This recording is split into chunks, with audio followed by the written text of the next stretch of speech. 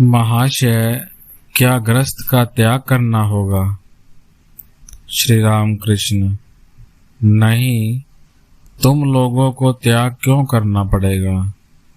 ग्रस्त में रहते हुए ही हो सकता है। तो भी पहले कुछ दिन निर्जन में रहना चाहिए।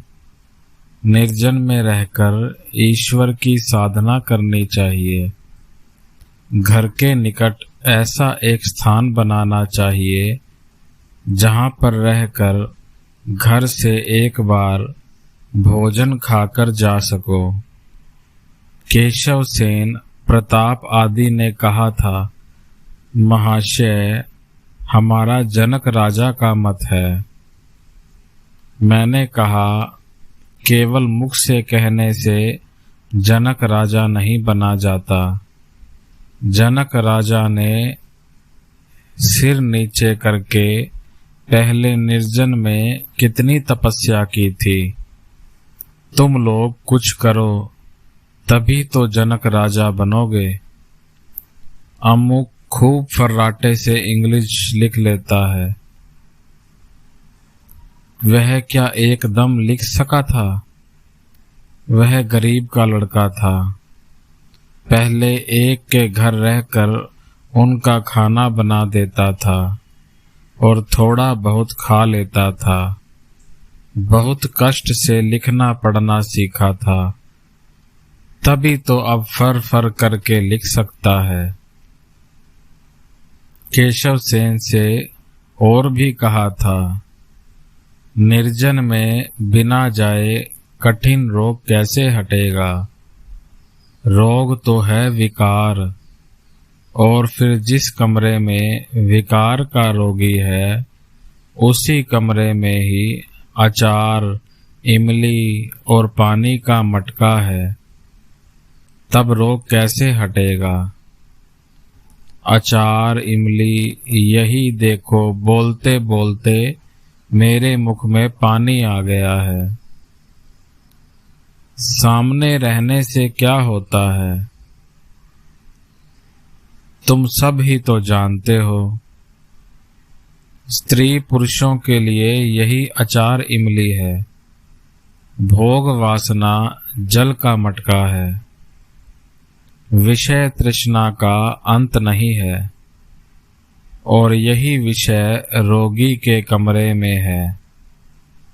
इससे क्या विकार रोग हटता है? कुछ एक दिन स्थान बदली करके रहना चाहिए, जहाँ पर अचार इमली ना हो, जल का मटका ना हो। उसके पश्चात निरोग होकर फिर दोबारा उसी घर में आने पर फिर भय नहीं रहता। उनको पाकर ग्रस्त में आकर रहने पर फिर कामनी कांचन कुछ नहीं कर सकते। तब जनक की भांति निर्लिप्त हो सकोगे। किंतु प्रथम अवस्था में सावधान रहना चाहिए। खूब निर्जन में रहकर साधना करनी चाहिए। पीपल का वृक्ष जब पौधा होता है, तब चारों ओर से घेरा लगाते हैं, ताकि बैल बकरी नष्ट न करें।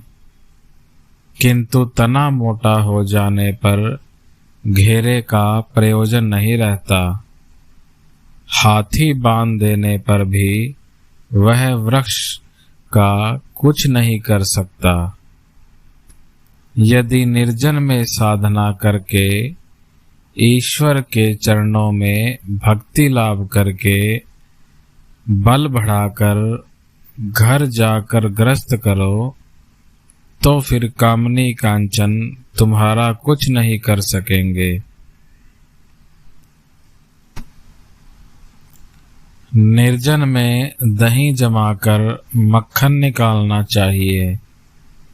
ज्ञान भक्ति रूपी मक्खन यदि एक बार मन रूपी दूध में से निकाल लिया जाता है, फिर उसे ग्रस्त रूपी जल के ऊपर रखने पर वह निर्लिप्त अवस्था में तैरता रहेगा।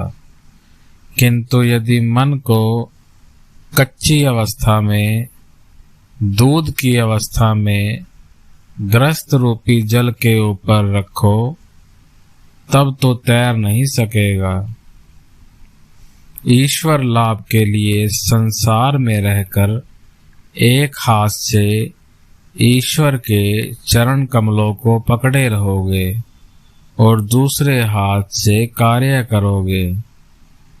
जब कार्य से अवसर होगा तब दोनों हाथों से ही ईश्वर के चरण कमलों को पकड़े रहोगे।